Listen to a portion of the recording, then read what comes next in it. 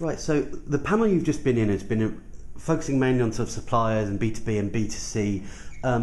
One of the things was saying that there's a focus in B2B on the Freeplay while people are preparing to flip the switch. Do you think that's an important thing to take away from the panel? I do, and the reason why, as we mentioned, is that gives the casino operators an opportunity to reach out to a younger demographic than they're not capturing today.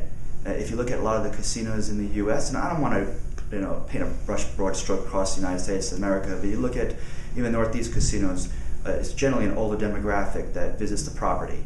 We need a method and an ability to reach out to the younger demographic, and I believe the free play, I believe the social, and I believe the monetization, helps us take the brand from the offline and brings it to the online. So I think, and in those who are able to effectively do that, once you've captured that player, then to be able to effectively market to them and give them an offer to extend it to the offline side.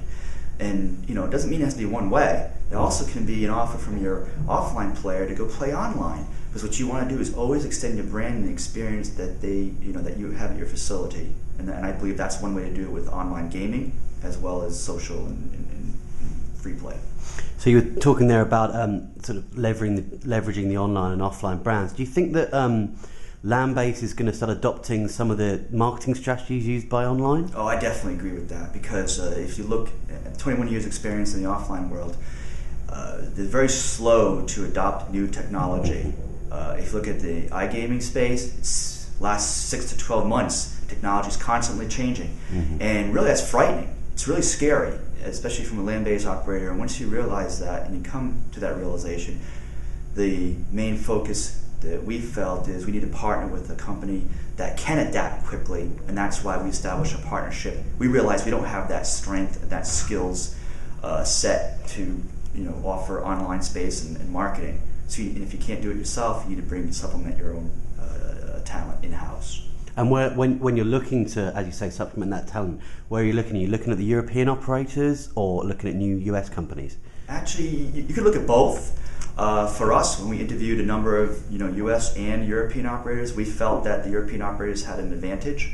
One thing they don't know was evident in the panel is they don't understand U.S. casinos. No. But that's where the strength of our brand, we can help them say, okay, from a U.S. casino perspective, this is what we need, and then the converse is they can teach us in the online side. So we felt that the European operator had much more in-depth in marketing than would be someone here in the U.S. Sure, and do you feel events like GiGse and like EIG in Barcelona are the right places for businesses like yourself to meet with these online operators to form those partnerships, or is there a different way of doing it perhaps? Actually, I strongly agree to both those, but you forgot one, which was ICE.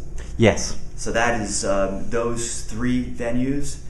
I would tell anyone that's breaking into the space, you need to attend these shows. Number one, attend the conferences so you can understand and learn the business. Number two, the networking opportunity is just unlimited here. There are people that just walk up to you and say, hey, I'm so-and-so, I'm working on a play for fun social strategy. And what you want to do and learn from those conversations, you want to be a sponge. You want to take all that information in, because you'll see very quickly how useful it will be. And also those relationships, when you start attending the shows regularly, you start seeing the same people, and then you'll be able to advance and further your conversation. What happened 3 or 4 years ago, I had a lot of payment processors walking up to me. I'm like, wait a minute, we haven't looked at a platform provider yet. Mm-hmm. That's like putting the cart before the horse. Now that we've selected a provider and a platform, now the next step is the KYC and the payment processing. So as a company that offers those services, just be knowledgeable of the fact that don't come up to a company that hasn't even selected their platform as of yet.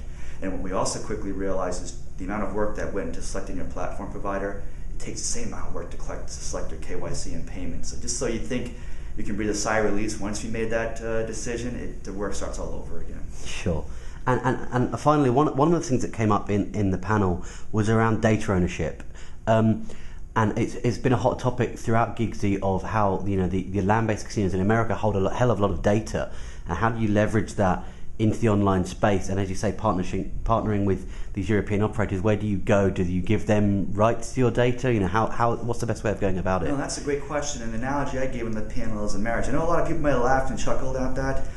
it really is different in selecting a partner than you would just to fulfill some software requirement you may have. This is a true business partner. This is a brand new avenue of business you're going to go down for every casino operator if they choose to go in the online gaming space. So taking that decision seriously, it comes down to trust.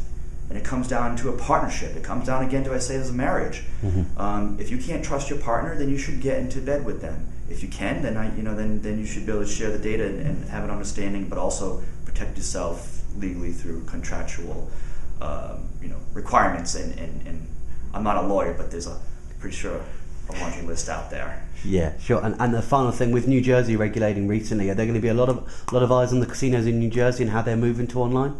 Definitely. We look, as we mentioned, our venture that we just announced on Monday, with our B2C focus, number one main priority will be Foxwoods, to get that up and running, play for fun / social, and then have the ability to flip the switch when real money gaming is allowed. And then our main focus on the B2B side is New Jersey. A lot of people are going out there and talking to a lot of different customers out there. We're taking more of the approach that we want to divide and conquer, one at a time, and go into regulated markets, and that happens to be New Jersey. Wonderful. Well, thanks very much for your time. Thank you.